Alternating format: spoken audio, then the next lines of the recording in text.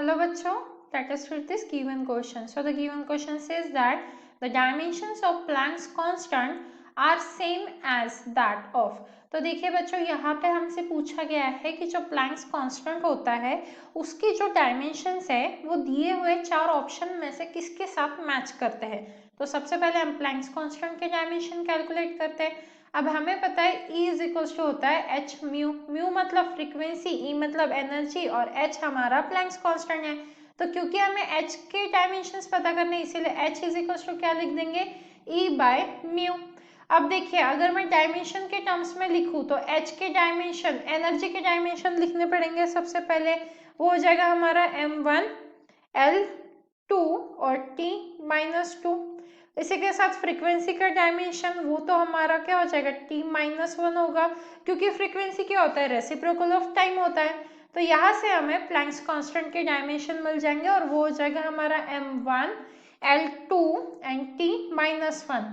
अब ये तो हो गया हमारा प्लैंक्स कांस्टेंट। अब हम बाकी ऑप्शन एक एक करके चेक करेंगे, ठीक है।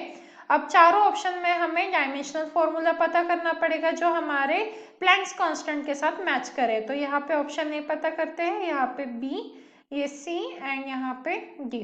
अब ए में क्या बोला है, लीनियर इम्पल्स बोला है, राइट। अब लीनियर इम्पल्स का डायमेंशनल फॉर्मूला क्या हो जाता है हमारा। सो देखिए ऑप्शन ए में हमें यहाँ पे लीनियर इम्पल्स बोला गया है, ठीक है, लीनियर इम्पल्स। देन हमारा बी है वर्क के लिए, ठीक है। अब सी में हमें लीनियर मोमेंटम बोला गया है, तो ये हो गया हमारा लीनियर मोमेंटम, ठीक है। और डी के लिए क्या पूछा है हमें, एंगुलर मोमेंटम का, तो ये हो गया angular momentum, okay. So angular momentum. अब देखो लीनियर इम्पल्स का डायमेंशनल फॉर्मूला क्या होता है, m1 L1 T-1। वर्क का डायमेंशनल फॉर्मूला होता है हमारा m1 L2 T-2।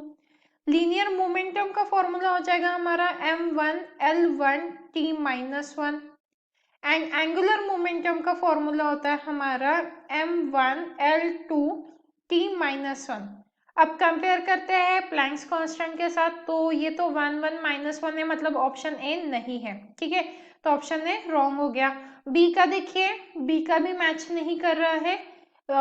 यहाँ पे ए का यहाँ पे मिसमैच हो गया है, बी का अगर देखेंगे तो यहाँ पे मिसमैच हो गया है। सी के लिए चेक करेंगे तो अगेन यहाँ पे मिसमैच हो गया है, तो सी भी गलत हो गया। अब अगर डी चेक करोगे तो डी ऑप्शन करेक्ट आ जाता है and hence the final answer is angular momentum.